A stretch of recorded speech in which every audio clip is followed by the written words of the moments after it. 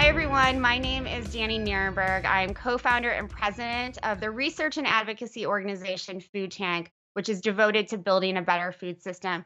It is my great honor to be part of this event called Fighting Hunger at Every Table in honor of celebrating World Food Day, which is held every year on October 16th to celebrate the founding of the United Nations Food and Agriculture Organization.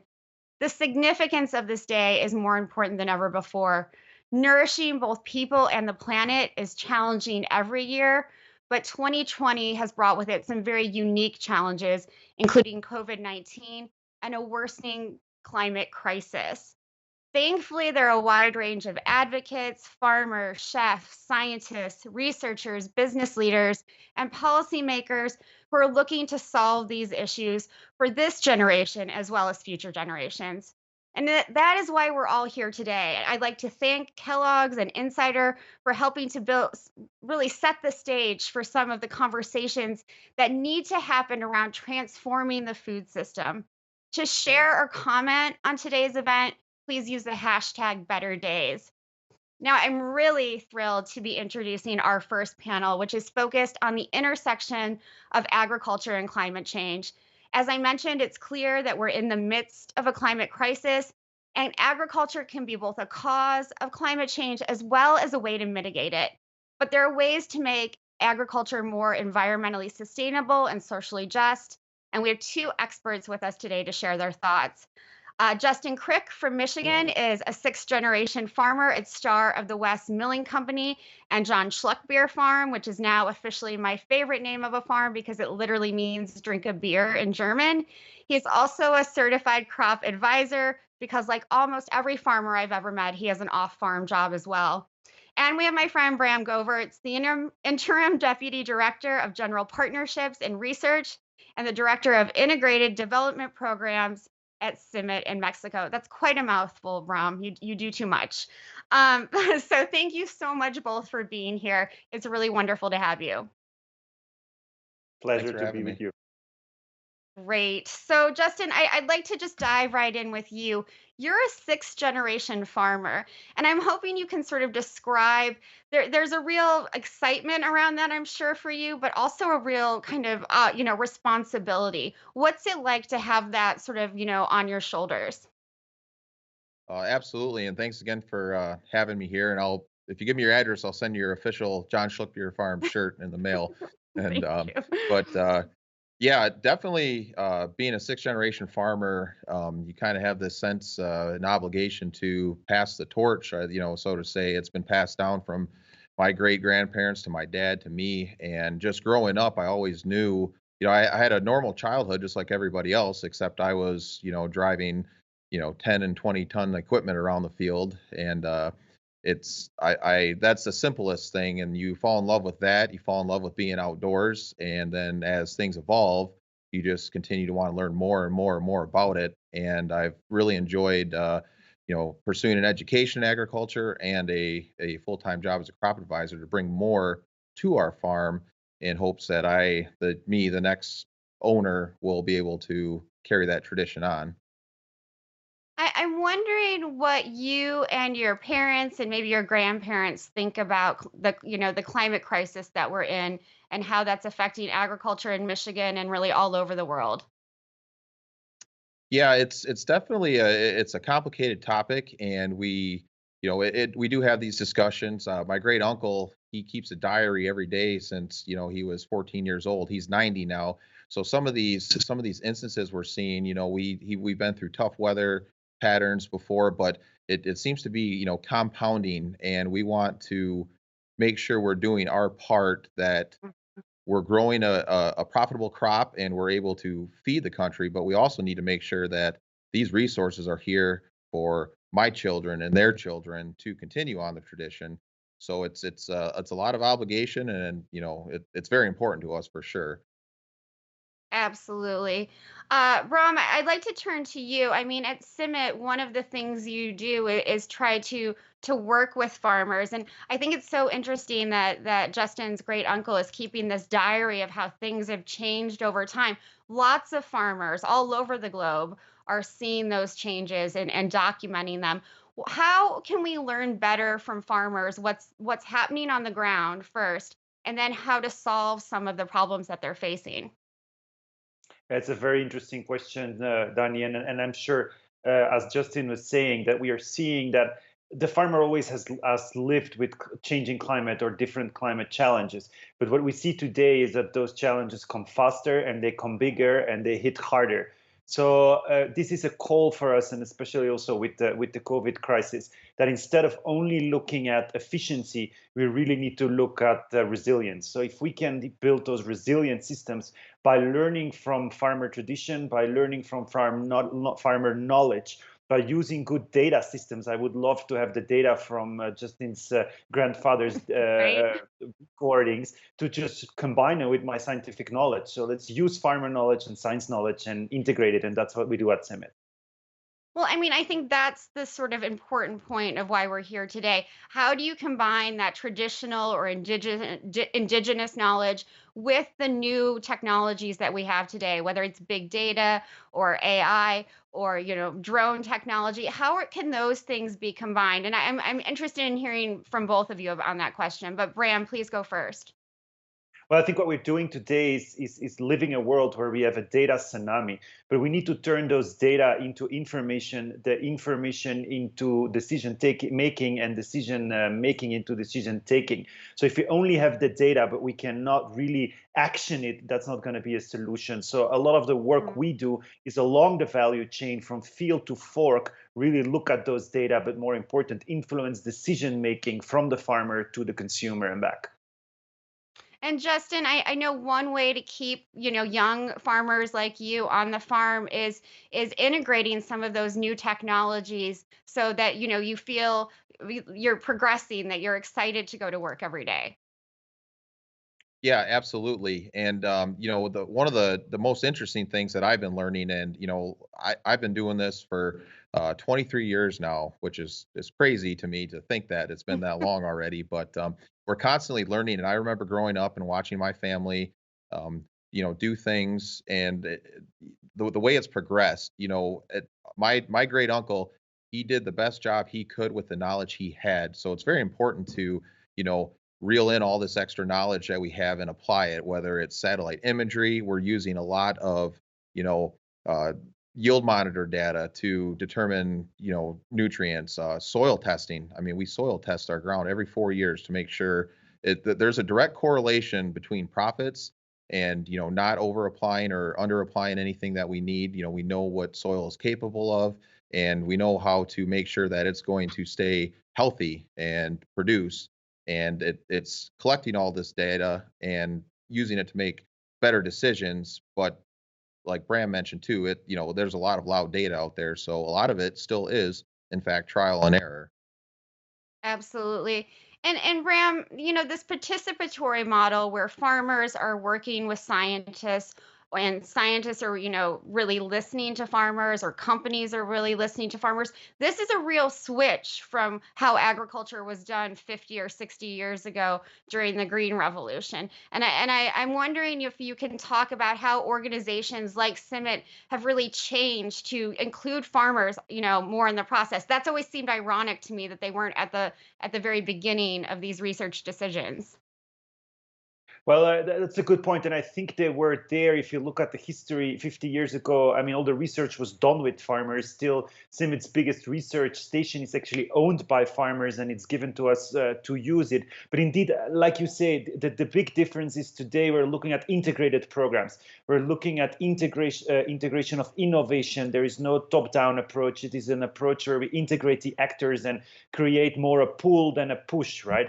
In which we want consumers to demand for healthy and safe food, but also we want farmers to demand for solutions and then co-construct, co-integrate. And that's, for example, what we have done in Mexico. We work with 300,000 farmers every day, co-constructing, integrating information from their farm with the knowledge platform. So you can actually say that we are doing what was 50 years ago successfully done by Norman Borlaug and the Green Revolution, but very differently. What Norman Borlaug did was listening to a crisis and formulate a transformational response along the value chain. And today we need to do exactly the same. Listen to to the crisis and make a transformational response. But today's transformational response will be one of co-construction, will be one of interlinked systems thinking to really get a system solution. So it's doing the same, but doing something very, very different.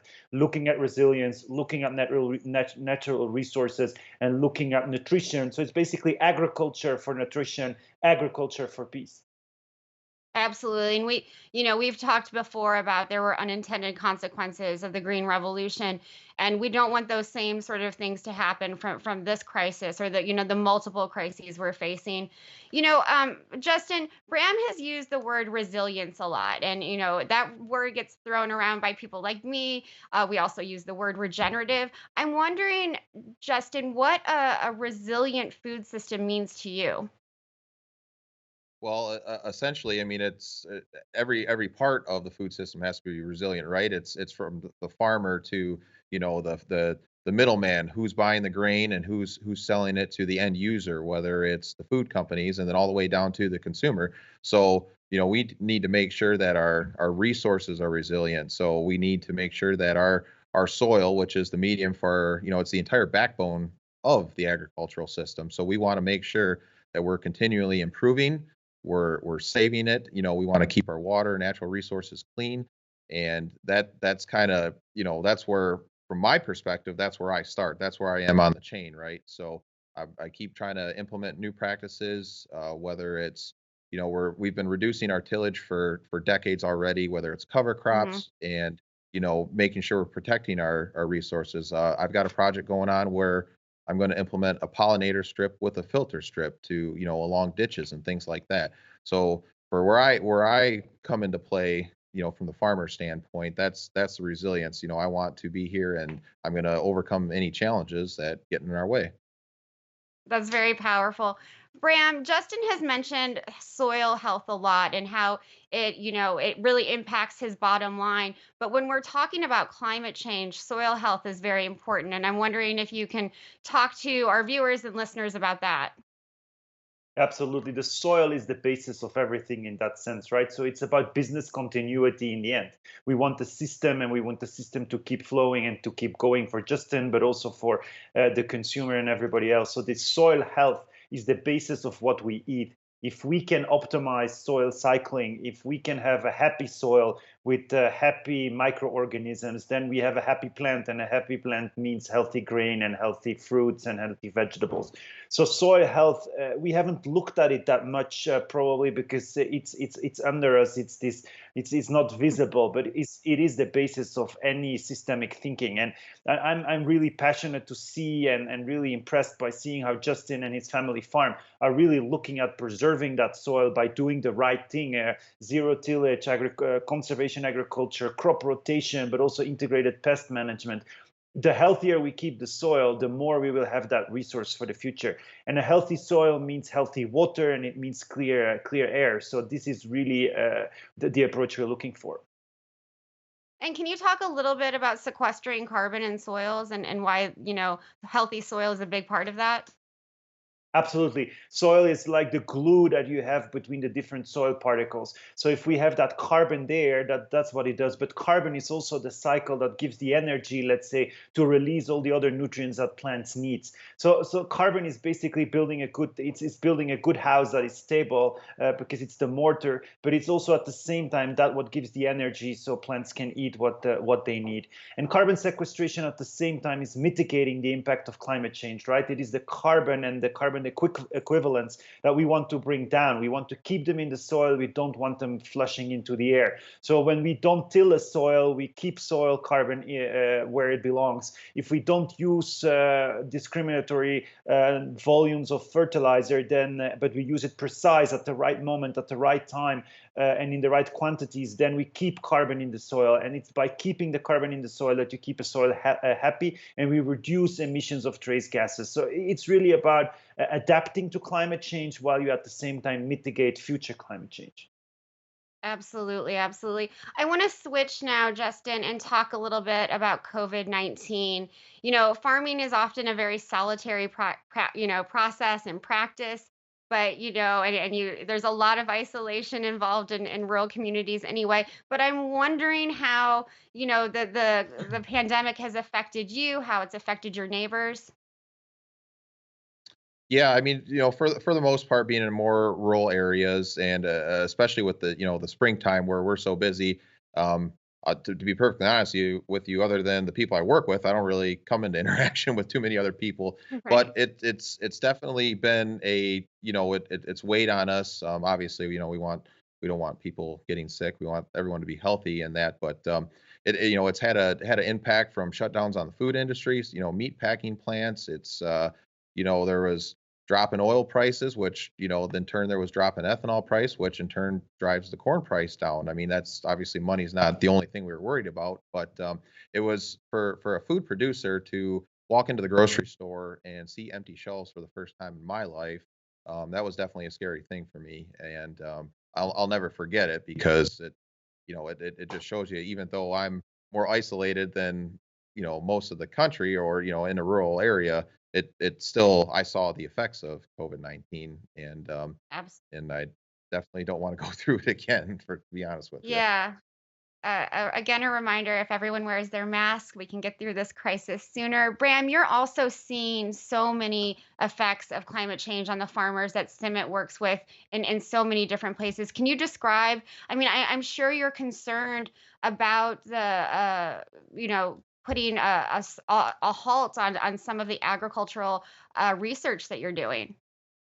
Yeah, for sure. In CIMMYT and the research we did, what we really could see was that there was a need for a three-phased approach. So first, we said we have to deliver. We have to keep delivering our research to the best possible, and keep also our researchers safe and healthy, but also make sure that farmers still have the right information to take the right decisions. And then very quickly we went to a phase two, which we called basically contribute, which is saying, okay, what are we doing today that we can contribute to mitigate the impact of the measures taken to control COVID? And we could see that some elements like smart mechanization, some elements like financial inclusion and fintech, some elements Hmm. like data use for decision making and traceability became very, very important, because farmers actually coped pretty well. They really took the shock, and they go with it like Justin was doing. But it was the rest of the system where the information Right. flow and the other flows were completely interrupted.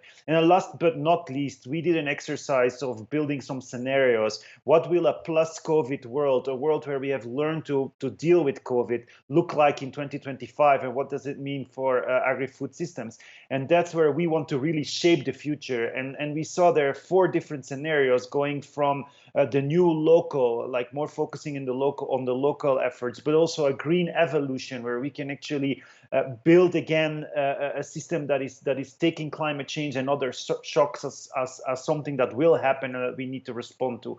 And we identify no regret investments, and those no regret investments are investments in which any scenario that unfolds, we know that developing an integrated system where we look at the agri-food system as a whole will always be a good thing. So this is also a call for all those investors to avoid the crisis after the crisis. If we today step up with a coalition of the willing, we can actually, together with farmers, researchers, companies like Kellogg's is doing, we can actually together make a response that is avoiding that we will have famines on television. And I will be very clear, if in 2 years we have really a food shortage or a food shock, then we did not do our job. It is our job today to come together and find the investments to avoid that we have those images on the television in the future.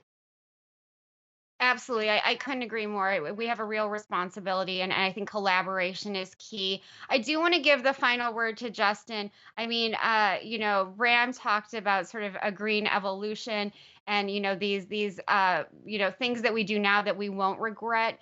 I'm wondering what you think it will take to get more young people like yourself involved in agriculture, post pandemic, when I think more ideas and more innovation will be needed. Yeah, absolutely. I mean, it's obviously, I was born into this, so it was a pretty easy decision for me. But it's not just actually farming in this agricultural world. There's so many moving components in that, where new technology is so important in implementing, and a lot of people, you can make a good living on. And for a younger person to get involved in agriculture, it's a stable career. So there's so many ways, and looking at just farmers themselves, they're not necessarily going to do all this research to integrate these new things, like we've talked about, whether it's the infrared satellite, how to absolutely utilize it and things like that, and just these new technologies. And we need fresh minds. We need younger people with to think outside the box, because farmers adapt and farmers are innovative on their own, but there's always more that we can do to push them to the next step. And so I would definitely encourage some of these good minds that are out there to get involved in agriculture and really make a difference. And who knows what it's going to look like in the next 10 years. I mean, just from 23 years that I've been doing this, I'm every day I wake up and I'm amazed at what we used to do to what we currently do. And yeah, I'm excited for it. That's great. Yeah, so much innovation going on. And I think you made a great point that it's not just being involved in the food system is not just about farming. It's about doing all of these other things, whether you're in advocacy or you're a scientist like Bram. There are all these ways to get involved in the food system, and they're all more important now than ever before. I want to thank you both so much for your insights. Please stay safe and well during this time. Thank you very You much. too. And Thank you. Justin, you can be very proud of what you are doing. So keep up the good work. Our second panel brings together chefs to talk about how we can nourish both people and the planet. Chefs have been really incredible leaders in the movements to prevent food waste, to improve nutrition, and to protect biodiversity. And that's why I'm so thrilled to introduce two chefs who are working on these issues every day, as well as a part of a coalition called the Chefs Manifesto. First, we have Chef Tom Hunt, the owner of Poco, a festival cafe, which is based in London, and I can't wait to go there when COVID is over. His focus is on root to fruit eating, where he aims to produce zero waste. I'm so excited to meet you finally, Tom. I'm such a fan, so thanks for being here. And then we have Chef Lorna Maseko, who is, and I love this story, a former ballet dancer turned celebrity chef who is teaching cooks and eaters in South Africa that sustainably produced food can be both delicious and sexy. And I think those are two things we need more of in the food movement. So great to have you here, Lorna. Thank you so much. So my first question is really for you both, and I'm wondering if there's an unusual ingredient that you both use that you want all of us at home to be thinking about and using more of. After you, Lorna. I was going to let you go first, Tom, but that's fine. I think Don't fight they're over it. different ones. I think they're different ones in South Africa. Sorghum is one that is now being explored a little bit more, although it's being exported and therefore it's a lot more expensive in South Africa. People are exploring with it. Moringa is obviously a craze that everybody's going gaga about, which is good. For me, the most important thing is that people are now becoming a lot more aware. West Africans love okra, for example, but South Africans don't eat okra that much unless you're from different kinds of regions in South Africa. And so it's about finding these ingredients and learning to use them in a way that works for your palate or your family or community. Usually, when you think about sustainability, you think about those kinds of indigenous produce. It's not well, in Africa at least, or in South Africa, it's not created in a way that the first thing I'd want to do is try it. It's not prepared in a delicious way. And I think the most important thing is about educating people and making them realize that even though, for example, your mom may have fed you broccoli back when you were little and it was the most awful thing, there are ways of making those kinds of ingredients, the okra, the sorghum, in a delicious and nutritious and absolutely amazing way that can make you fall in love with the ingredients and fall in love with those dishes. Kind of introduce your palate to different things, or introduce the ingredient in a way that your palate loves, if that makes sense. That's fantastic. Chef Tom?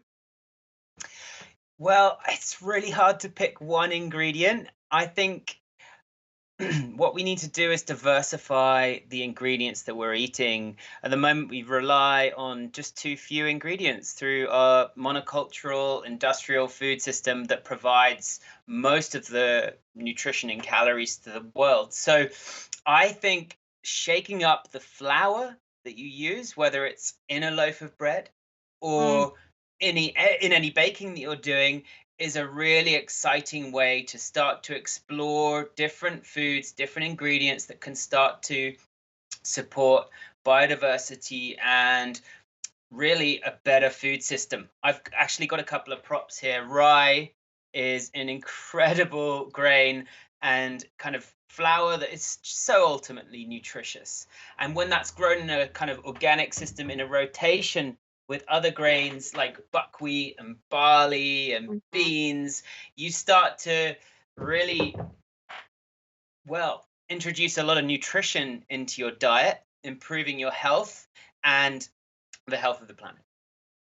Fantastic. And Lorna, I'm glad you mentioned, sorghum and how its, popularity elsewhere in the world is probably making prices for it, higher in South Africa. There's a way to, increase biodiversity, get more ingredients from places all over the world, and still support farmers and still protect the environment. And that's what I think a lot of chefs like you are doing, so that we don't have that quinoa effect that happened about 15 years ago, where farmers in South America were not eating the crops that they produced. And I think what is also changing is that chefs 15 or 20 years ago were not leaders in sustainability like they are today. And I'm wondering from you both how that changed and why. Lorna, would you like to go first? Thank you very much. I think one of the biggest things is that kind of food became a celebrity, food alone. So now you weren't traveling around the world because you wanted to see the Eiffel Tower. You want to see the Eiffel Tower, but apparently there's this amazing restaurant that the chef has been creating this authentic food for years, and so you want to go try. So I think from that perspective, that has pushed chefs to have a bigger voice for me personally, I think. And that has made food sexier than before. It's beyond just what we put in our mouths. It's people want to showcase it on their Instagram pages. They want to show people where they are eating. You travel now to eat as opposed to travel to go see a monument, and it's a good thing because that has given chefs a voice, or a bigger voice rather, to say, hey, people are actually willing to listen because we're now, not that we're the center of the attention, but the food that we make has become the celebrity. And so if it's become the celebrity, let it speak in a way that people can resonate with or can familiarize with. Take ingredients that you would have never used before and create things that people will love. And so I think it was just kind of, it's changed over the years. They used to say, Sure. rock stars were the celebrities, but I think food has become that thing. And because of that, I think it's important that chefs play a role in making sure that whatever's on a plate, is really just beyond just, the easiest ingredients to get, as Tom had mentioned before, Right. things that, you wouldn't necessarily get or you wouldn't necessarily cook with. And I think in this journey, I can speak for myself as a young celebrity chef, being part of Chef's Manifesto has really awakened my senses and awakened my eyes in terms of, hey, it is nice to create a dish with the stuff that like quinoa, like chickpeas, but what about try something else like sorghum? Instead Sure. of using broccoli stems, why not use okra? And explore with those ingredients and see, like I said before, how to use them in a way that works for your palate. And because of the following that I have, I know kind of like what my following likes. And so Sure. create those dishes in a way that will also translate to them and let them explore in their own kitchens in their homes. Absolutely. It's about the storytelling. It's about the journey of the food. Tom, Yeah. what do you have anything to add? Yeah, I mean, I think the more we understand about our planet and the current destruction of nature, the more we realize that we need to reconnect with our environment, and food is the easiest way we can do this. And I think chefs, we're a wise and creative bunch in the most in the majority, and I think that we realize that we're feeding hundreds, if not thousands, of millions of people a year, and that we can have an impact on the environment through the Sure. way that we choose not only to eat at home, but as chefs and as restaurateurs. And that has a huge, huge impact. Absolutely. So we've mentioned the Chef's Manifesto a few times, and I'm wondering, Tom, if you can give just like a one-line description of what this group does. In one line, I'll try. We're a group You can of have two chefs from lines. You all can have around the two. world. We're a group of chefs from all around the world who are trying to improve our sustainability and contribute towards the Sustainable Development Goals, the 17 Sustainable Development Goals set by the UN in 2015, which we have to achieve by 2030. And that's through our manifesto and action hubs and getting together and talking about these issues so that we can all improve our own practices. Great, great description. Thank you so much. And part of that is really creating a lot of awareness and education. And Lorna, I know that's very important for you to be teaching kids, not just adults, but to be teaching kids about where their food comes from and how to have better nutrition. You're working in South Africa to do more of that. Can you talk about some of that work? Absolutely. So one of the chefs who's also part of Chef's Manifesto, Chef Mahadi, and I have gone to a primary school, actually my primary school, which is in Alexandra Township, which is one of the most impoverished townships in this country. Some kids don't even know how they're going to get a meal at school, out of school, excuse me. Luckily, the school already provides like lunch and maybe like a little snack to go home with. And so what we're going to do is start a vegetable garden, and we're basically using it as a pilot project to show how just the way in how kids are fed can really grow they how basically impacts on how they grow. And so Hmm. we're really excited about that, and we look forward to seeing how the project kind of flourishes. We'll definitely have some of the Chef's Manifesto guys, whoever can come to South Africa at the time when we launch. So we're super excited about that. And I think it's important. I grew up with, for example, legumes being something really gross, and the way it was prepared Hmm. wasn't in a way that I liked. And so when I grew up, the last thing I wanted to eat were beans and sorghum and those kinds of ingredients. And so as I've grown older and mature and understood how important it is for our planet, understood how important it is for my health, I've learned to cook them in a way that still tastes and looks amazing.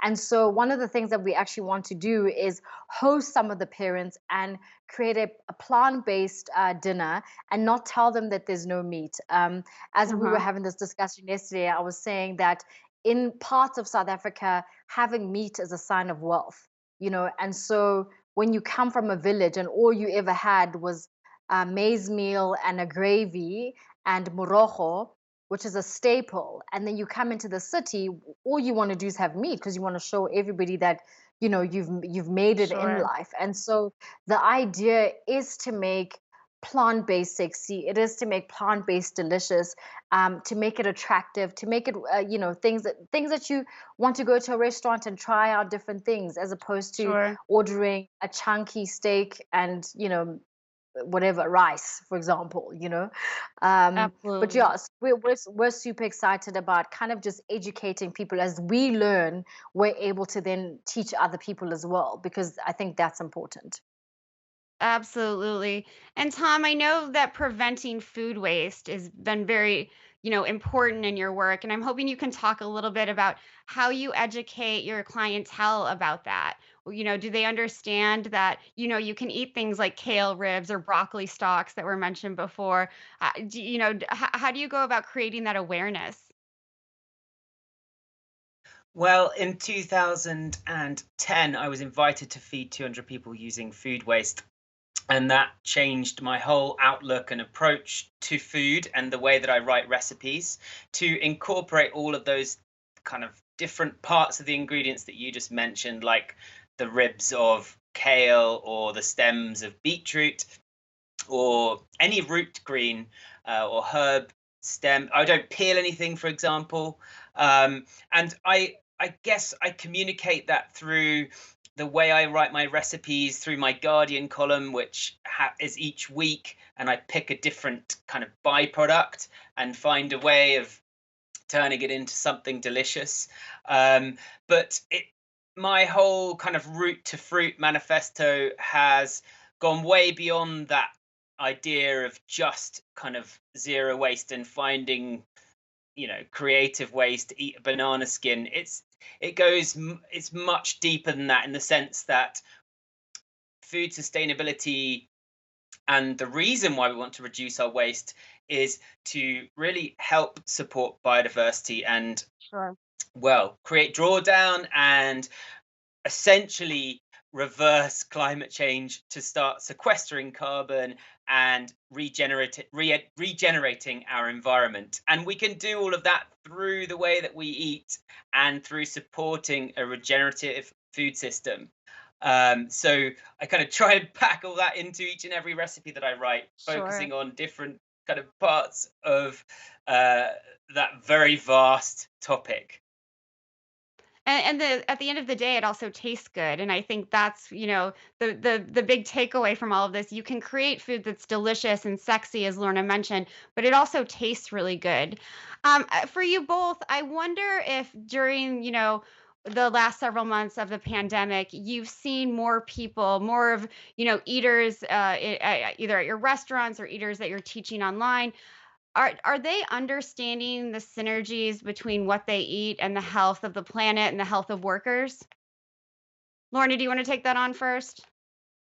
I think it's a continuous journey. It's depending on where you are in the world. I think it would be different in America, just like it would be different in London, in West Africa, in Southern Africa. And so I think it's a continuous journey, and you have to continuously teach people. If I think, like you mentioned before in the beginning, Daniela, we have a voice. And so because of that, we have a responsibility. And as long as you know that, your cooking has more purpose than just the next nice thing that you're going to put on a plate. Mm-hmm. Tom? Yeah, I mean, I'd agree with that. And I'd say that, but people all over the world, no matter which continent they're in, are fully aware of climate change and fully aware of our impact on the planet and want to feed their families well. And so it's just kind of bringing that all together so that we can connect and understand how to do that through the way that we eat. Absolutely. And I'm wondering how you both, work with farmers in sort of your local communities to support that biodiversity, to, glean so that you're preventing food waste. What are the ways that you interact with farmers? Lorna, please. So luckily, if it wasn't for Chef Mohamed, I don't know what I would do, because she's really connected to some of the farmers in the country. And so through that relationship, I've been able to connect with some myself. They're able to send me stuff. I'm able to explore in my kitchen to see what I'm, able to come up with. We're actually shooting something really exciting that's going to showcase farmers in just such a beautiful light in South Africa, and kind of give them the attention, because it all starts there, right? It starts with the soil, and then the seed, and before it gets to our plates or our kitchens.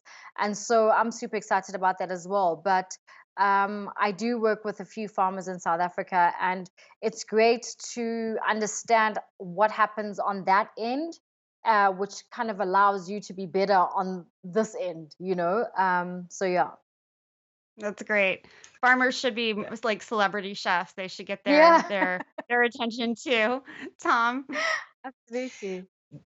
Well, when you eat seasonally, that brings you into the rhythm of nature and brings you closer to your farmers so that you can get to know them, whether that's simply through Googling what's in season and finding out what ingredients you should maybe have as your heroes on your plate, or going down to the farmer's market and talking to the store holders and seeing what they've got and how they grew it.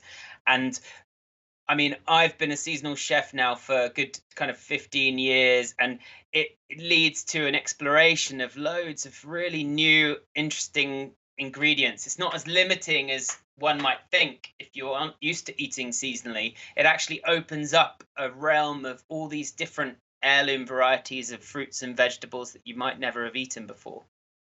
It's really cool.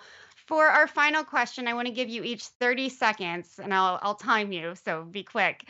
Um, a tip for eater on how to eat more sustainably. What tips would you give eaters? Lauren, I'm going to put you on the spot first. Sure. I would just say explore. Don't always go for what you're used to. Try something and cook it in a way that excites your palate. That's what I do, and it's kind of worked, and so I'd encourage people to do the same. Great. Tom? Well, I've spent the last 10 years writing a manifesto called Root to Fruit Eating, which has 3 key principles: eat for pleasure, eat whole foods, and eat the best food you can. And if you can follow that value system and think about food in that way, then you will certainly improve your environmental impact and health and the flavor and deliciousness of all your food. Great advice from you both. Thank you both so much. This has been really interesting. Really appreciate it. What a pleasure. Thanks so much. Thank you. Thank you. Hey everyone, I'm excited for our next conversation around food waste, sustainability, and equity in the food system. We have Amy Center, the Vice President and Chief of Sustainability at Kellogg's, and she is joined by Brittni Furrow, the Vice President of Health and Sustainability at Ahold Delhaize. Welcome to you both. I'm so excited to have this convo. Thanks for having us. Yeah, thanks for the invitation. So I'd like to start with you, Amy. Kellogg says that it's extremely efficient in its food production to prevent food waste. And I was wondering if we could like dig a little bit deeper into that. What exactly does that kind of efficiency mean? Sounds good. We are very efficient in our food waste. We look at how do we capture the ingredients that we're purchasing and make sure that that food gets to people who need it, either in the stores or in through food donations and the like. So we are measuring our food loss and waste in our operations, and 99% of all of the ingredients that come in the door are turned into food to people who need it. And only 1% goes unused. So we are really committed to efficiency in our operations. And we're really committed to looking about how end to end we can reduce food loss and waste. And so we're partnering with suppliers and farmers in our supply chain to reduce losses that they may see on their farms, as well as making sure that we're communicating to consumers and have the right food labeling to make sure that it's really clear about when you should have your food, when it's the highest quality versus when it might be time to dispose of it. So really encouraging reductions of food loss and waste end to end across our supply chain.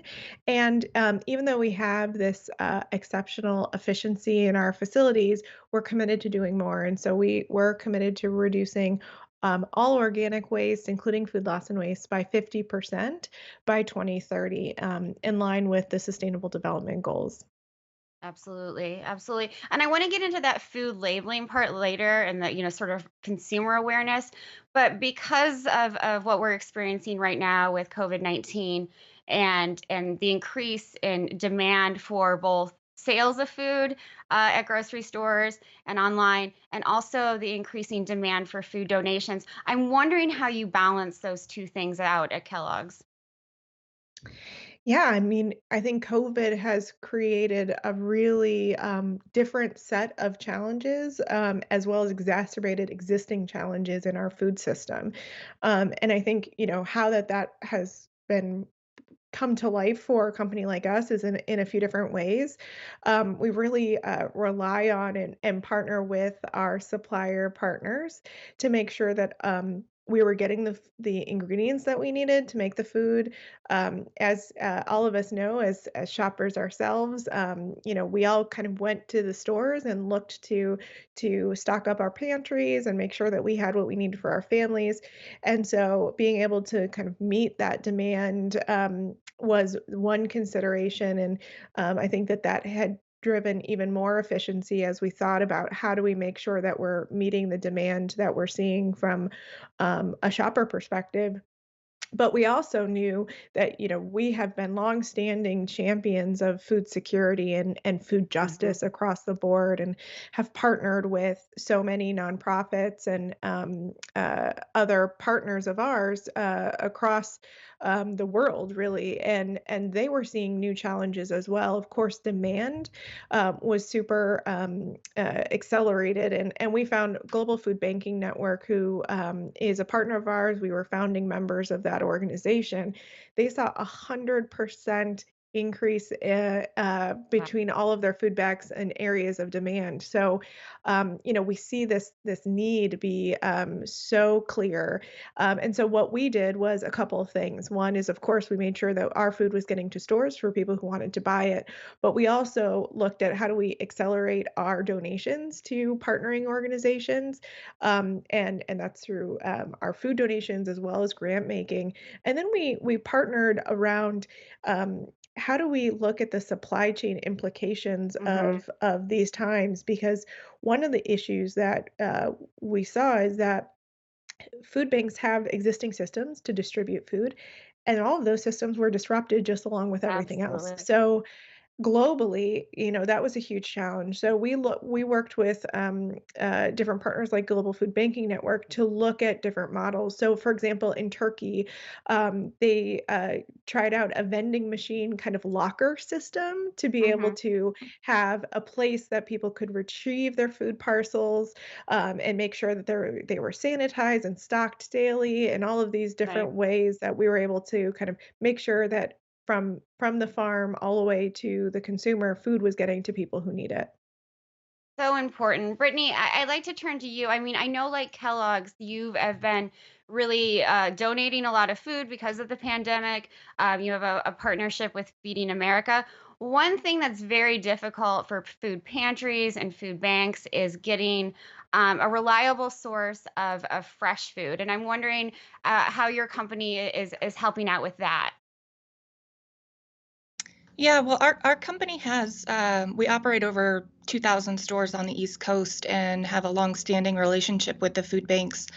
And we certainly saw the increase in need during COVID. So we donate fresh food all across the East Coast. And what we were hearing from the food bank partners is that during the pandemic, actually nationwide, they were seeing donations decrease by up to 50%. And the biggest thing that we did with them was try to partner from a sourcing perspective. So we have great relationships with suppliers and have a lot of assets that help us get food into our stores and keep our shelves stocked. And we try to partner. Usually we focus on when we can't sell food, we make sure that we get that food to the food bank partners so that they can get it to people that are hungry and in need. But during the pandemic, we actually partnered with them and did kind of joint sourcing events to help collaborate with our suppliers and get as much food to the food banks as possible. Incredible. Do you find there's a challenge for those pantries to keep that fresh food sort of cool, or to be able to store it? And have you been able to help out with that? That's right. We actually help with infrastructure for the food banks. So even trucks too. And you think about cold chain and the things that we learn about how to keep food fresh. It's not just about giving financially to nonprofits so that they can purchase the kind of infrastructure that they need, but it's also the training and expertise that we can help provide to their a lot of times people that are just volunteering their time. And what kind of training goes on when you're doing that?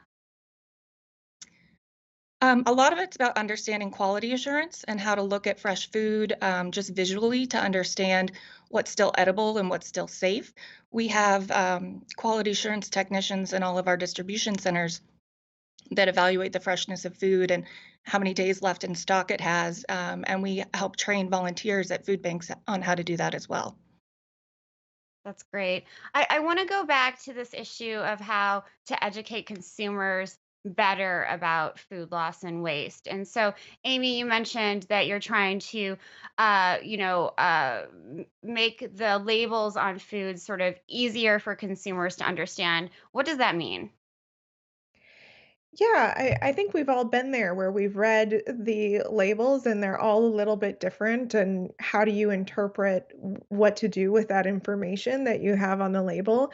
And especially now, I think families at home are saying, they don't want to waste any food. And so what we've done in the US is we've standardized our labels so it's all the same, best if used by. And we've done education around best if used by doesn't mean that you need to throw it out if it reaches that date. It just means that's where you're going to get the absolute highest quality Hmm. experience for your food. So making sure that people know, hey, I personally use after that date, no problem, because I know that that's, perfectly safe and great food to have. So I think there's things like that as an industry we've been working on, and as Kellogg, we're happy to kind of take the lead and make sure that we're doing that across the board.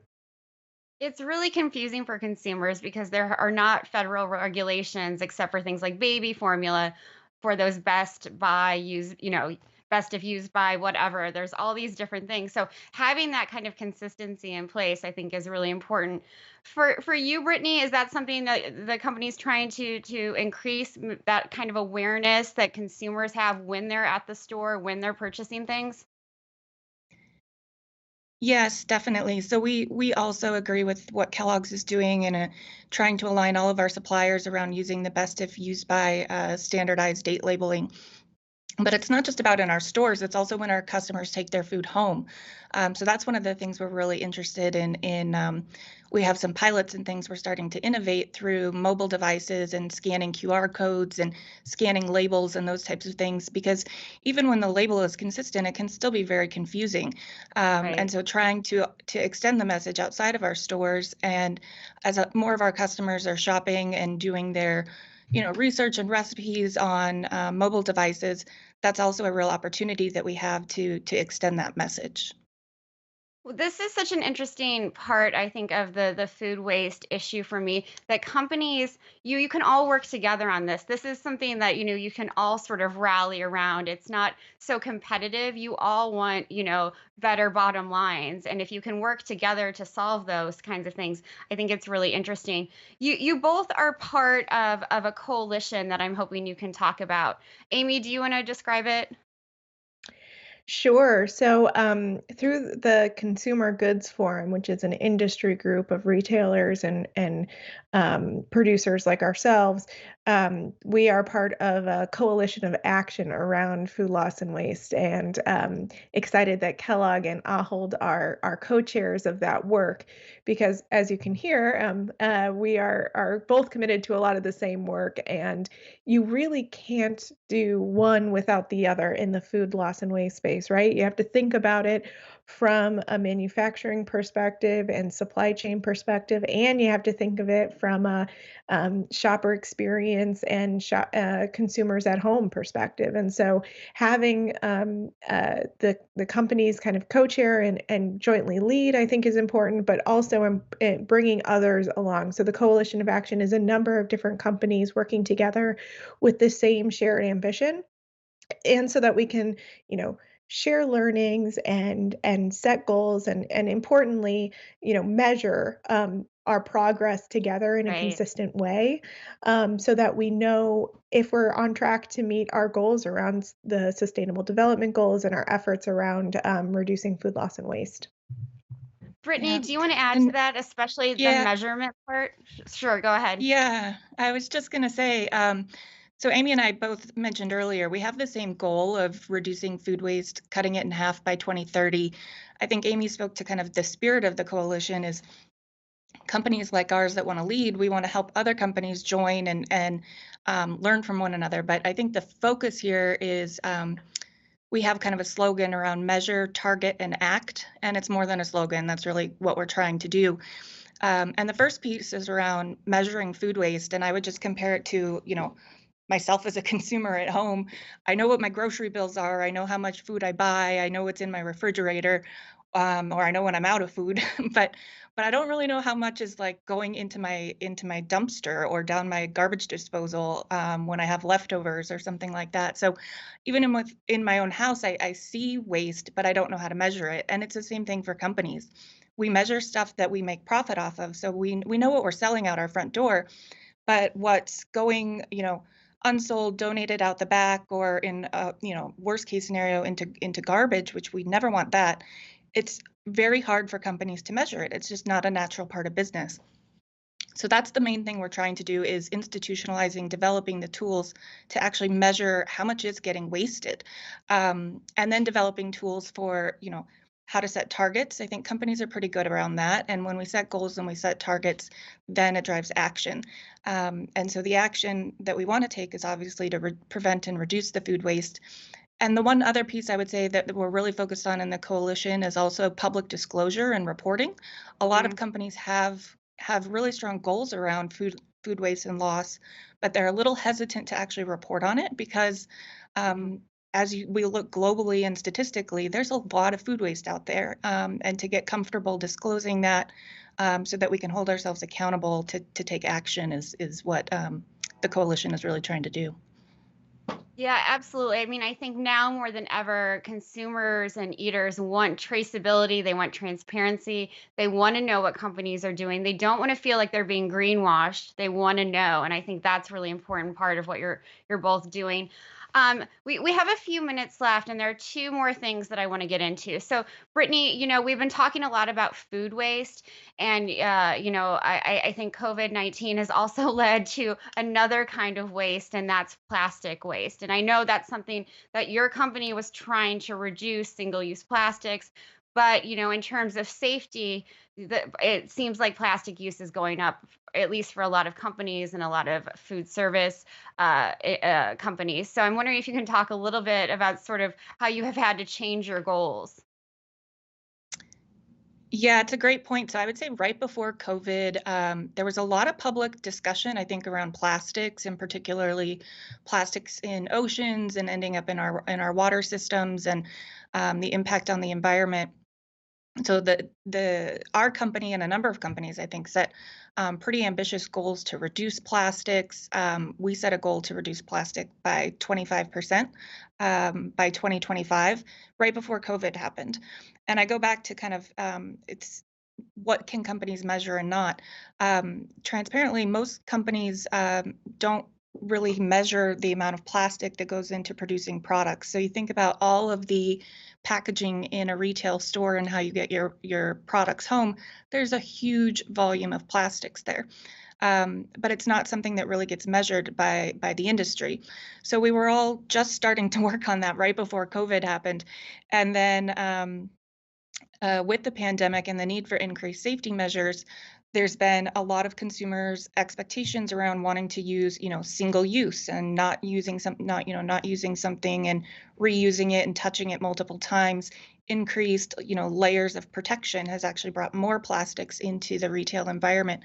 But I would tell you, as an industry, our goals haven't changed. So our short-term focus has been absolutely on safety of our associates and our customers, and just what we've learned about the importance of a supermarket in a pandemic environment. When people need to get food, we had to keep the store safe so that people could have access to food.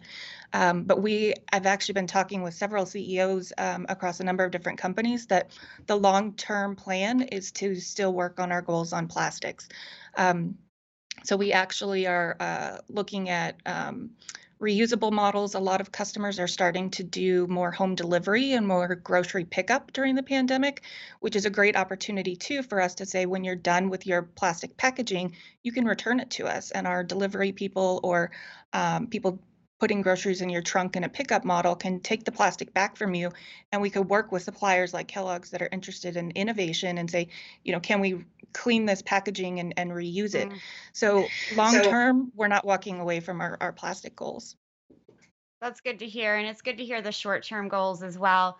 So, I think for our final question, something that I've been thinking a lot about is that a year ago, or even 2 or 5 years ago, chief sustainability officers didn't have sort of as part of their plans for the coming year, uh, goals around not only, how to deal with a pandemic. You weren't thinking about that this time last year, but I also think you weren't maybe thinking about how to increase diversity and equality in the food system and in the companies that you both work for. We've seen so much with the murders of folks like Breonna Taylor and George Floyd over the summer, and the uprisings that have happened and have really awakened so many of us to what's going on in this country around racial inequality. And I'm wondering if, now going forward, as part of your sustainability measurements, you'll include, again, how to deal with another global shock, whether it's a pandemic or something else,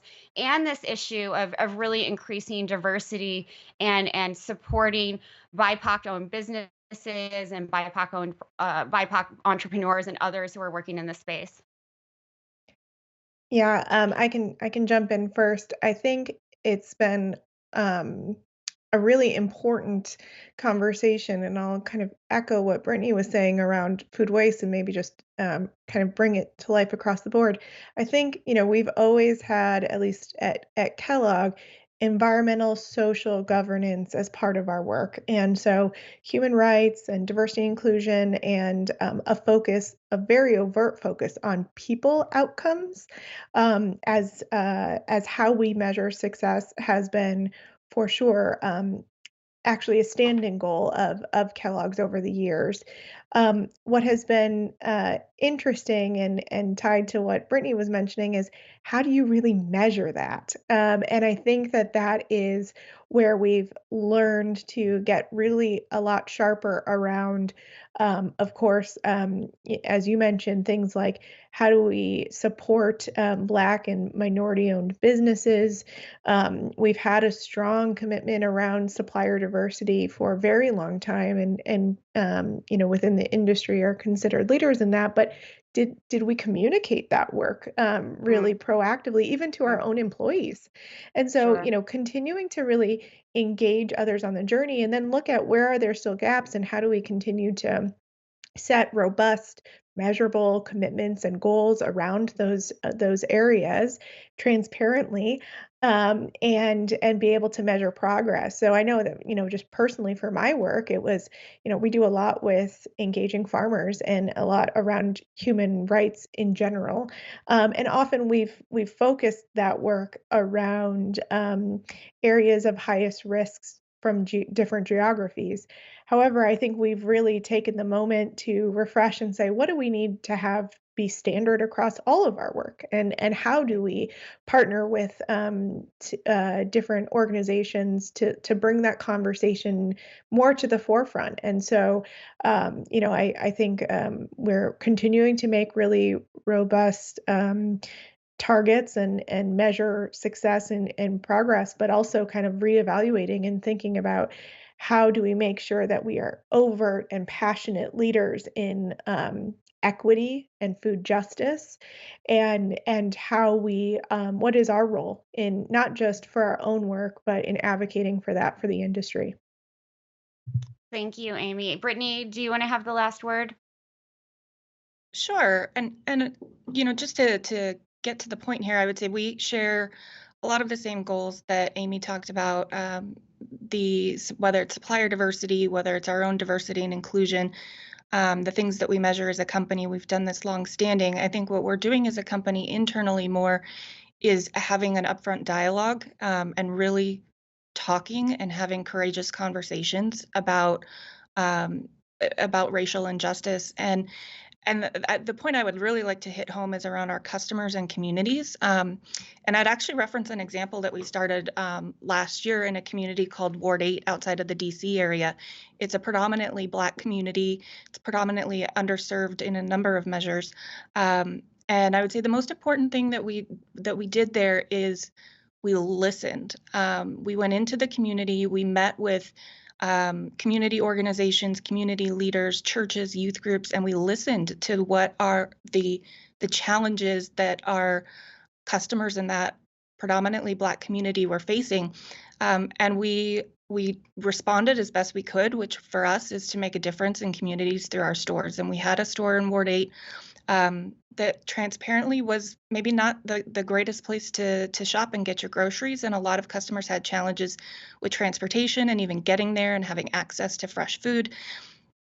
And we came in and transformed the store. We did a relaunch last year and recognized that it wasn't just our purpose to get people access to food and sell groceries in that community, but what we heard was that community was looking for a wellness center and a gathering place and education and things for their families. And so we actually launched a wellness center within the store, brought a new nutritionist into the store, and led kind of different family activities around health and nutrition and free medical services. And I would just go back to the importance of listening. Oftentimes companies come in and think we can solve these issues without listening to the real needs first. And that's been, it's been a valuable learning for me personally to be involved in that project.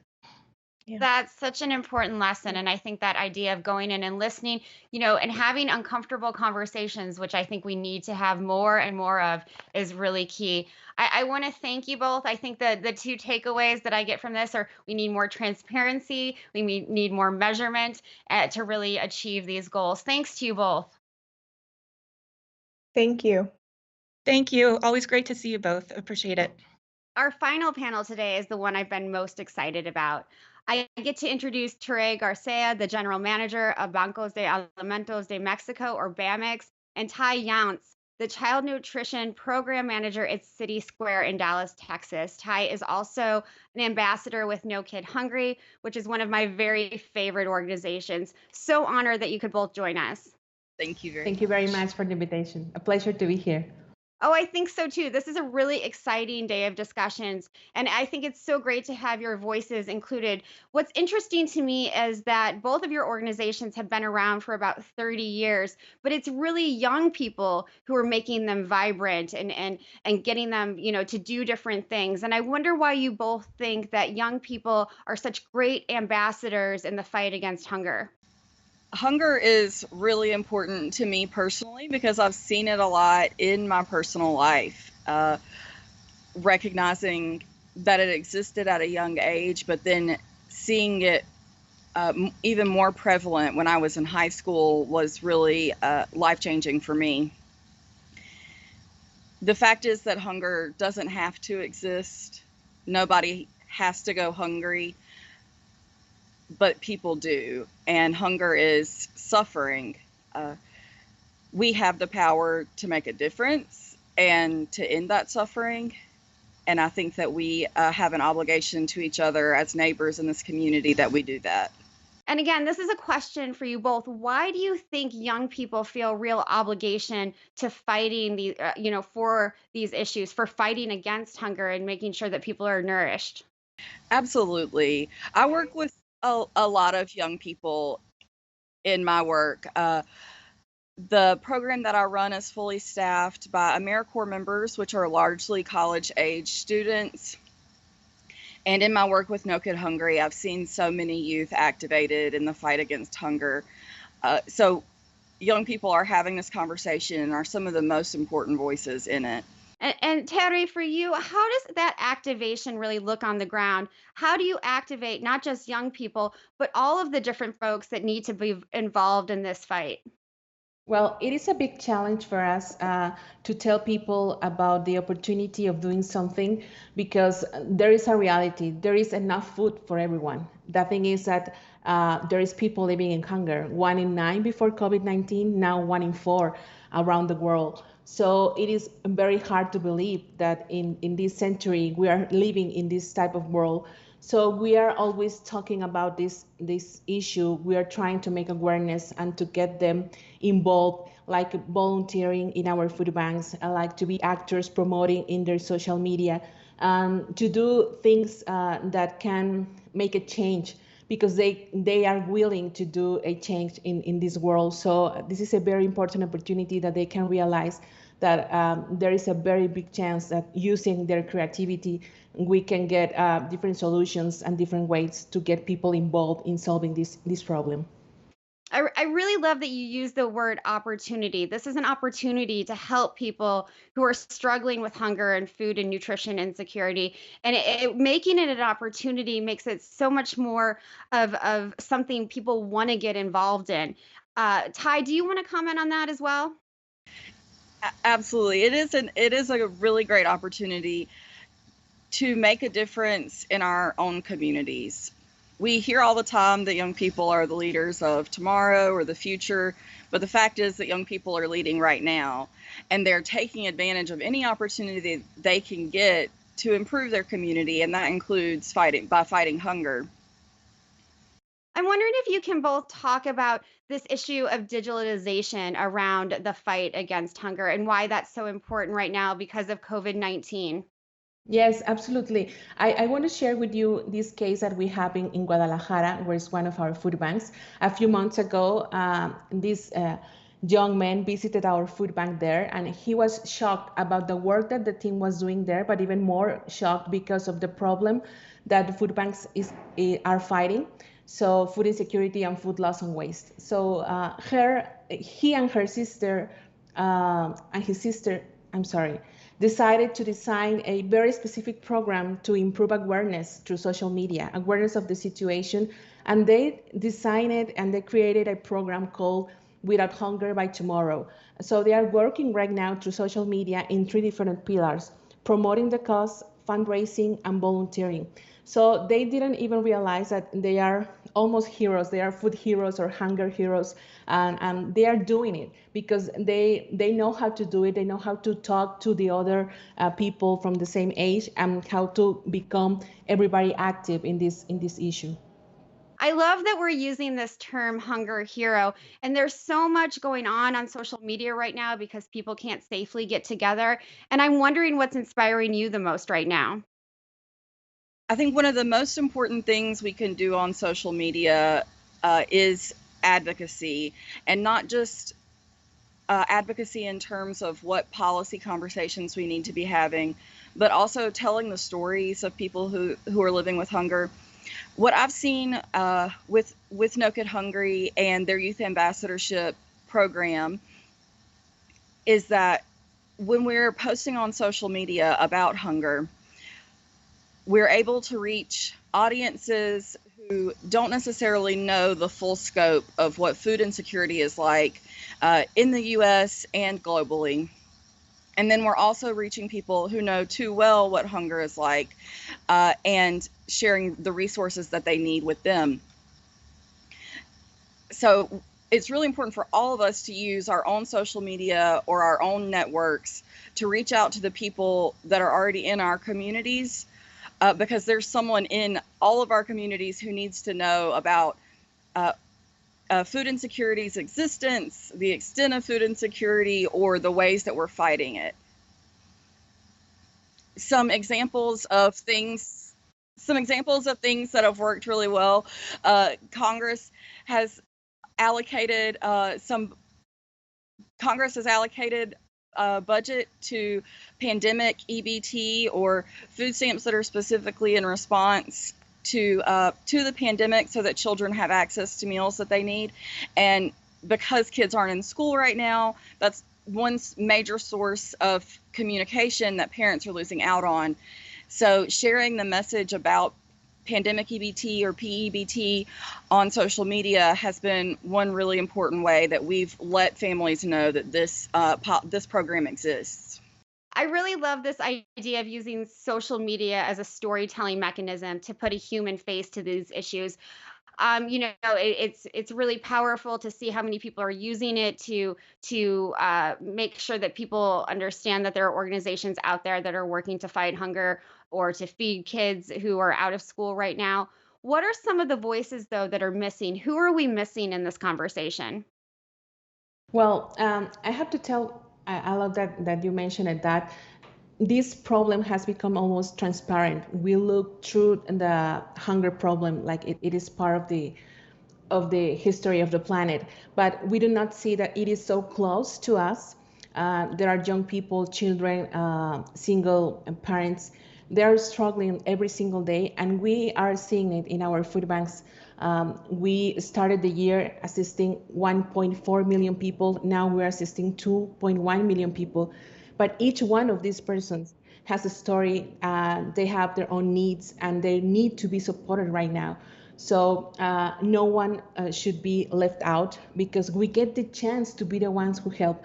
I wasn't dreaming to be a food banker or a food rescuer when I was younger, but now that I am one, I'm more than happy. I cannot believe that I get paid for the things that I do. So I think that each one of the people that are right now listening to us can get the chance to try different things, to become active, and they will find a very special satisfaction to do it, because we really can make a change for them. One thing that has always bothered me is that when we talk about hungry people, we talk about it in a way that, we feel ashamed, or we feel that they should be ashamed for being, in this position. But COVID-19, has made hunger sort of more universal. People who never had to depend on any type of aid before are now, in lines at food banks, stretching around blocks and blocks in cities all over the world. How can we bring dignity back to this issue? Here at City Square in Dallas, it is crucial to our mission to treat everyone in this fight against poverty with us as our neighbors. So whether you're our neighbor who is receiving services through our food pantry, or whether you're our neighbor who is donating food or money to make our food pantry possible, the fact is that we live in this community together, and we are neighbors in Dallas. I think that if we could see each other as neighbors more often, that could really change how we operate our country. If we see the policies that govern our country as agreements between neighbors instead of compromises between political enemies, then we can make a difference to end things like hunger and poverty. You're right, Danny, there are so many more people experiencing hunger right now. Feeding America estimates that in the US there are going to be about 17 million people experience hunger solely because of the pandemic. That is a little bit terrifying, but it's something that we can manage if we come together as a community and say that we all deserve to have the food that we need. And if we look out for each other as neighbors in this community. Ty, that is so well said. I think during these really turbulent political and health crisis times, it's important to look at one another as neighbors. And Terry, I'm wondering, in Mexico, you've talked about the lack of social safety nets. What are the kind of social safety nets that we need to have in place in both Mexico and the United States, as well as other countries, to make sure that people don't go hungry in the future? We are always looking for make a change with public policy projects that we have. There is a big opportunity to make important changes now because of the pandemic. We have seen all of the different holes of the lack of policies to make sure that these people will get the services they need, the aid they need. So we have this project when we are trying to do changes to current laws to recognize our model as very effective to fight hunger, and to recognize the person with the right of feeding as a very important one. It is not an easy thing to do. It's very difficult to deal with government with a different type of visions, but we don't stop there. We are working with private sector to get more aid for the people that we are assisting right now, so they can have the whole service together, not only food, but all the things that they need to be able to and to be in a different level of in a different position, economic position, in maybe a year or less. But we are working really hard. It's not an easy thing to do, to work with government. Right now in Mexico, we're going to have at least 50 million people living in hunger by the end of this year. So we are making big movements right now with them, but of course, challenge is very big, and we need everyone to be part of this. Absolutely. And Ty, you mentioned before some policies that were in place, like pandemic electronic benefit transfer systems that are really necessary to help keep kids fed. Are there other policies that are sort of in the works right now that could help hungry people in the United States? Absolutely. You hit the nail on the head when you said for people to provide for themselves. There are so many great policies that we have here in the U.S. that target hunger, whether that is SNAP or food stamps, or the child nutrition programs that I work on with summer and after school meals, or the PEBT that I mentioned earlier. But we have to collectively, at both companies and on a government level, create policies that don't just get food to people, but get people the living wages that they need, that get people the basic resources that they need to provide for themselves, exactly like you said. This idea of having a living wage so people can, prepare in case of a global crisis like this pandemic, or, that they can have something in their savings account so that they are not always sort of living from paycheck to paycheck and feeling like they're in a crisis. Those are really important strategies that, will help people in the long run survive, not just through COVID-19, but again, these other things that are sure to hit us down the line, whether it's from climate change or another global shock. It is. We live with systems that allow us to make choices in a market about what we want for ourselves and our families. So when we're facing problems like food insecurity and poverty, we have to get at the root of it to really solve it. You're right, Danny. So many people live paycheck to paycheck in the U.S. and across the world, although the paychecks may be very different depending on where you are. And I think that most people know that that's what our neighbors' lives are like. That's what most of our lives are like. I think the thing that we don't always realize, especially here in the U.S., is how much wealth there is that some people have access to. I think it's really important when companies and corporations get involved in these conversations and they say they're willing to make a difference. There are so many companies that have made a huge difference by making donations and grants to organizations and programs like mine. But we can also make policies that make a difference at the core of the problem. And we can set minimum wages as the living wage that people need to pay their rent, to pay their bills, and to still be able to afford healthy food in addition to all those things. When people aren't making a living wage, they can't stop paying their rent because then they'll be homeless. They can't stop paying their car note because then they can't go to work. But they can stop buying food, and that's not really a great choice for us to make. Since we're having a conversation about youth engagement, I also want to mention that we often see hunger as a rite of passage for college students. They're so busy paying tuition and books, and all of that is taking up their budget. So, if they don't have enough money for food, it is what it is. That's the life of a college student.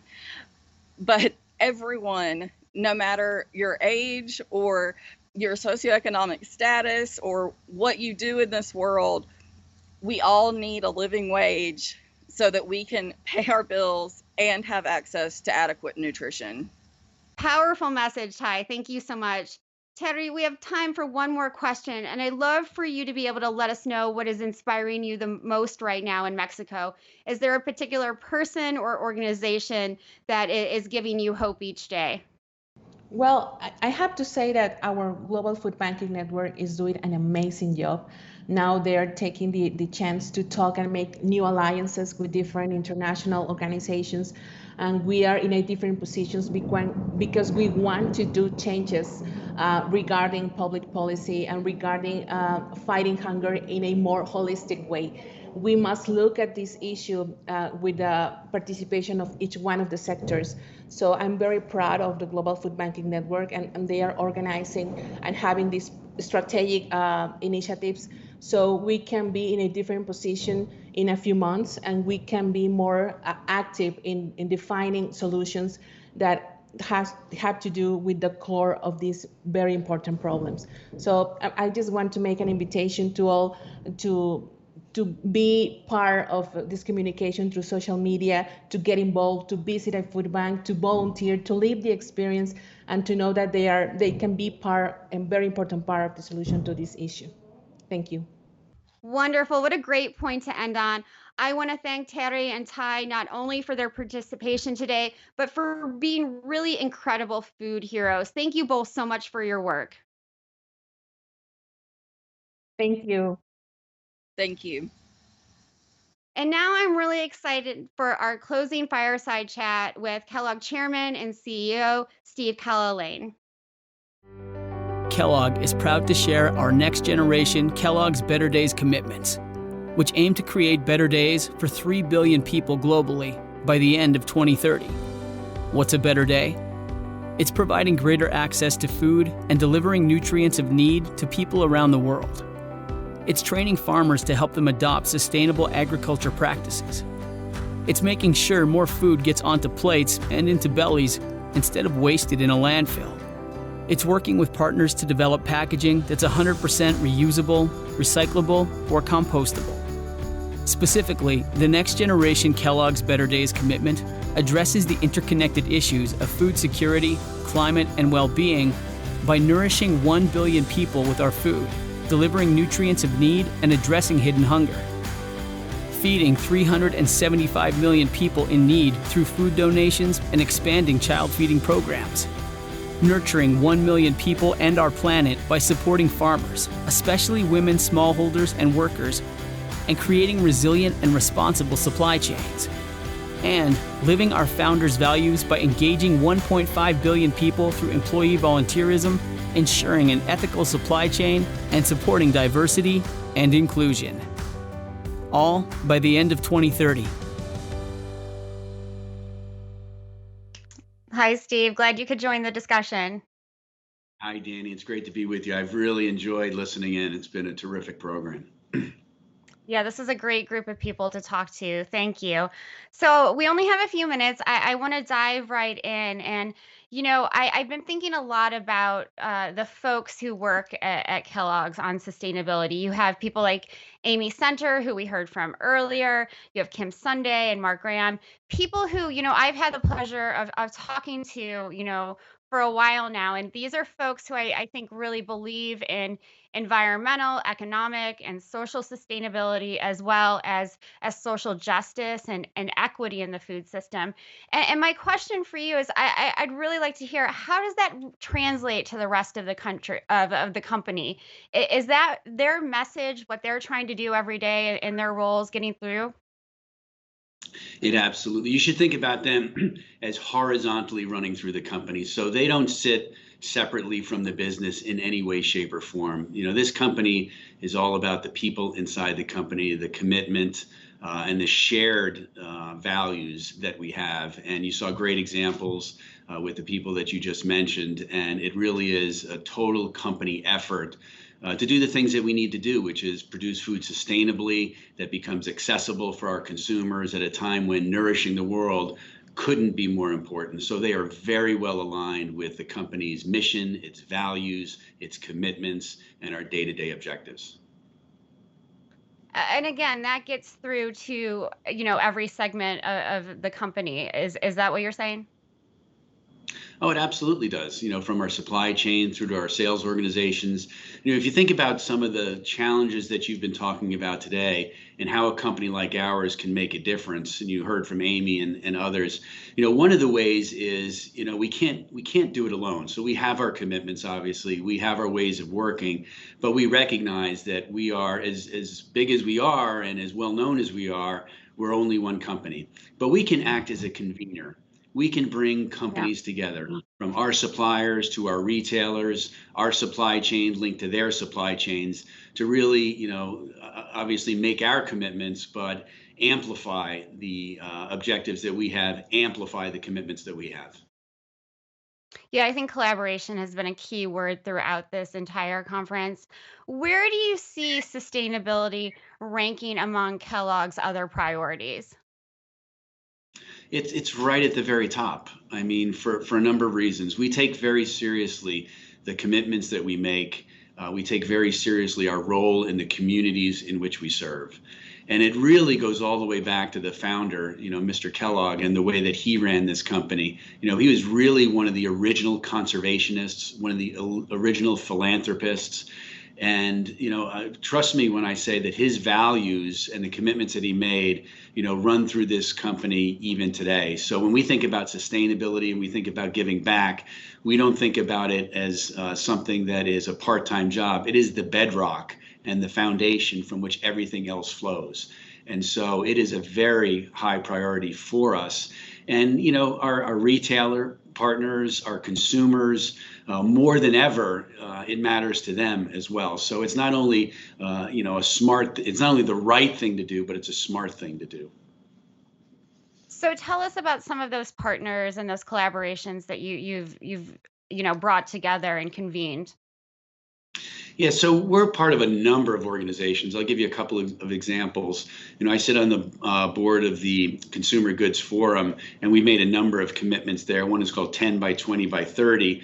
And what that means is we use, again, our powers as a convener to really try and amplify what our suppliers do, as well as what our retailers do, and also messages to our consumers. We were also one of the original founders of Champions 12.3, which gets to the UN commitments that we made, by 2030, achieving a certain number of objectives. And again, that's the power of collaboration, bringing like-minded companies together and putting, good, positive pressure on each other to advance our objectives. Because again, we can't do it by ourselves, and no 2 or 3 or 4 companies can do it, but it takes a collective of lots of companies moving in the right direction. No, certainly no company can do it by itself, and you need other collaborators and organizations. And I'm wondering how you look at the role of a food company in addressing some of the interconnectedness between food insecurity and the climate crisis. Yeah, so it's really about creating those partnerships that I mentioned, that really bolster our collective ability to do things with, the elimination of food waste, making sure that food gets to people who need it the most. You just think about it, and I know you've talked about it, but just the dichotomy around how many people are food insecure on the one hand, and the massive amount of food that goes to waste on the other hand. And so companies like ours, because we're so interconnected, we have a massive supply chain that goes across from farmers, small freehold farmers, all the way to consumers' kitchen tables. We touch every aspect of the supply chain along the way. And so we really truly understand the interconnectedness and the role, the interdependencies that are at work. And, we can help others see things that they wouldn't otherwise see. Likewise, when we talk about the continuity of our supply chain, we recognize that it does go from farm all the way through the retailer shelf and onto the table. And so there's things that we learn from our retail partners each and every day that we could do better to help them become more efficient, more effective, and less wasteful. So you really have to step back and understand the interdependencies, the interconnectedness, and make sure that the dialogue is happening in such a way that we avoid unintended consequences where one company may think that they're doing the right thing, but don't understand the downstream effects that those Sure. activities may have. And unfortunately, we've seen, I think, a lot of those unintended consequences over the years.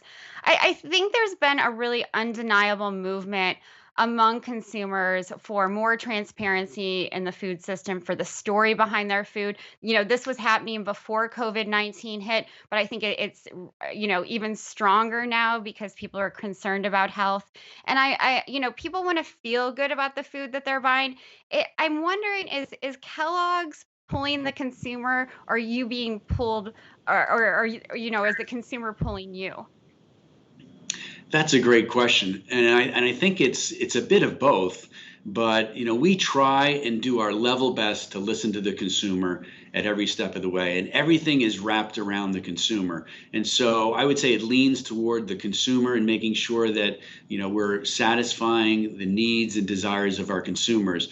On the other hand, though, there's certain things that we know around health and wellness and around the goodness of our ingredients where we'll try and push in certain areas where we believe that we can add value from an educational standpoint, from an efficacy standpoint. And so I think it always has to be both, but with kind of the underpinning being that consumers are the boss, always have been and always will be. We'll try and do our best to give them the right information so that they can make the right choices for them.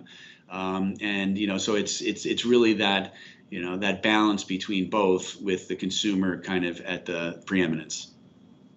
And what does that kind of education for consumers around health and well-being really look like for the company? Well, I think it starts with what you said. It's transparency. And, we believe we have a wonderful story to tell. Not many people know it, but, 86% of our food is actually plant-based. And more people are recognizing the benefits of a more plant-based diet. And that's not just for their own health and wellness, but it's also the goodness of the sustainability efforts, the health of the planet. Plant-based foods tend to be much easier on the environment. And so to the extent that we can send those messages out and tell the stories around exactly where our food comes from, how it's good for the environment, and how it's good for a well-balanced diet, I think it satisfies the objectives of giving the right level of education out there and also telling the Kellogg story. Absolutely. You talked about really listening to the retailers earlier, and I'm wondering how you listen to farmers, because they're at the very sort of beginning of the supply chain. Well, it's really, we've had very long-standing relationships with farmers for, as you heard today, 6 generations in some cases. And so it's about having those relationships and making sure that the dialogue is two-way, that we listen very much to understand exactly what their challenges are, and that we share our best practices around sustainable agriculture and best practices in farming techniques. And because we have so many longstanding relationships, we have access to tremendous best practices that, on the one hand, we take from very sophisticated advanced farmers to, as I said, smallhold farmers, many female-employed, female-owned smallholders in Africa, say, and share those best practices and make sure that we're always pushing it forward so that they have the very best chance to be successful, to make a livelihood for themselves, and to satisfy us with wonderful ingredients in a very reliable and safe way. Great. So we only have time for one more question. I'm wondering, what are the actions that companies like Kellogg's, what's your advice for, companies around the globe? What are the actions they can take to fight food insecurity? I think the first and most important thing is to really understand the role that your company plays and what the purpose is. What are you here? What is your company meant to do? And then figure out how you can make a difference in these issues around where your capabilities are. So where you can really add value because you know something and you can add a capability and an expertise, and what your consumers and your employees care about. Because when you have those intersections, it's not just you're doing something because it's fashionable or it's the right thing to do, but it's not connected to your purpose. When it's connected to what you're meant to do and what your employees and your consumers care about, then it has a real sustainability. It becomes part of the business and not a sideline of the business. Great. Well, Steve, it's been so great to talk to you. I want to thank you, all of our panelists and our speakers, and all of you for watching today. I think it's been a really fruitful discussion in anticipation of World Food Day on October 16th. If I would really like to encourage folks to donate to the World Food Banking Network, the details should be coming up on the screen shortly. And again, thank you all for joining us, and have a great World Food Day.